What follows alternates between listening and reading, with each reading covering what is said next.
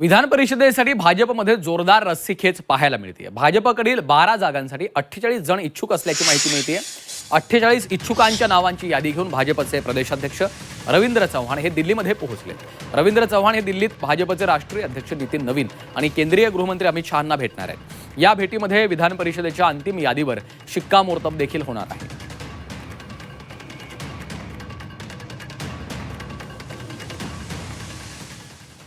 तर या संदर्भात अधिकची माहिती घेऊयात।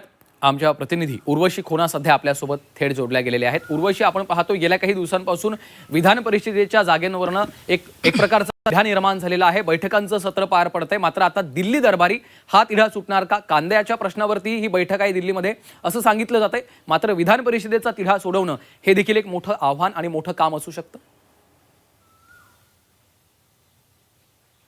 एकदम बरोबर श्रीकांत, जर आपण बघितलं तर तिन्ही म्हणजेच मुख्यमंत्री देवेंद्र फडणवीस स्वतः आणि उपमुख्यमंत्री सुनेत्रा पवार आणि एकनाथ शिंदे हे तिन्ही दिल्लीत पोहोचलेत।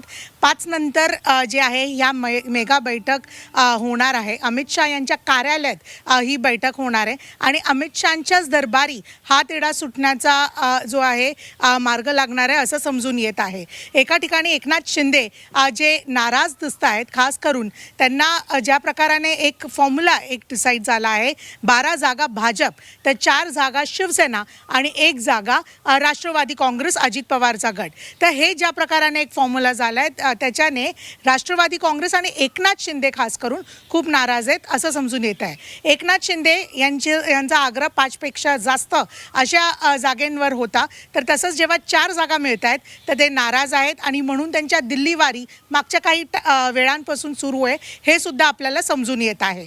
मात्र त्या दिल्लीवारीमध्ये किती ती दिल्लीवारी सक्सेसफुल झाली किंवा त्यांना तो श्रेय मिळाला का हा अजून प्रश्नचिन्ह आहे। मात्र आज जी मेगा बैठक होणार आहे त्यात त्यांना समजवण्यात येणार आहे असं समजून येत आहे सूत्रांकडून की 4 ही जागा आता ठेवणं खूप गरजेचं आहे, कारण की येणाऱ्या काळात आता राज्यपाल यांच्या पण जागा असतील तेव्हा पण वेगळ्या वेगळ्या मागण्या असतील, म्हणून सध्याची जी एक फॉर्म्युला आहे तो डिसाईड करणं खूप गरजेचं आहे। राष्ट्रवादी काँग्रेसबद्दल जर सांगितलं तर ते पुणे या जागासाठी खूप जास्त भावनिक अशी त्यांची मागणी आहे।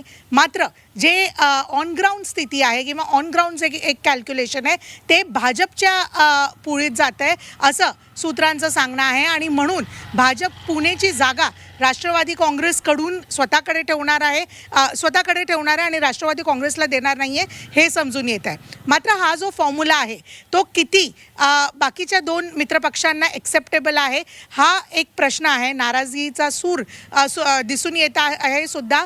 ते अमित शहाच्या दरबारीत पूर्ण तोडगा जो आहे मार्ग लागणार आहे, पूर्ण सोल्युशन बाहेर येणार आहे असं समजून येत आहे। ज्या आताच्या स्थितीला जे एका ठिकाणी जेव्हा ह्या हालचाल सुरू आहे तिथेच भाजप पूर्णपैकी रेडी आहे 12 जागांसाठी। 12 जागांसाठी भाजपने 48 नावं ऑलरेडी लिस्ट तयार केली आहे। प्रत्येक एका जागासाठी 4 वेगळ्या जाती आणि जे कॅल्क्युलेशन असतं एका सीटचं ते सगळं घेऊन इथे लिस्ट घेऊन रवींद्र चव्हाण स्वतः पोहोचलेत। 11 वाजता ते भाजपचे अध्यक्ष नितीन नवीन यांना भेटणार आहे आणि त्यानंतर अमित शहांना भेटणार आहे। तर तिथेच भाजपची लिस्ट ही उर्वशी, त्यामुळे आपण पाहतोय आज दिल्लीमध्ये बैठकांचं सत्र आपल्याला पाहायला मिळणार आहे। एकीकडे रवींद्र चव्हाण देखील पोहोचलेत आणि संध्याकाळी अमित शहा यांच्यासोबत होणाऱ्या बैठकीमध्ये यावर आता तोडगा निघतो का या सर्व घडामोडींवर आज दिवसभर आपलं लक्ष असणार आहे। तुर्तास धन्यवाद उर्वशी या सविस्तर माहितीसाठी।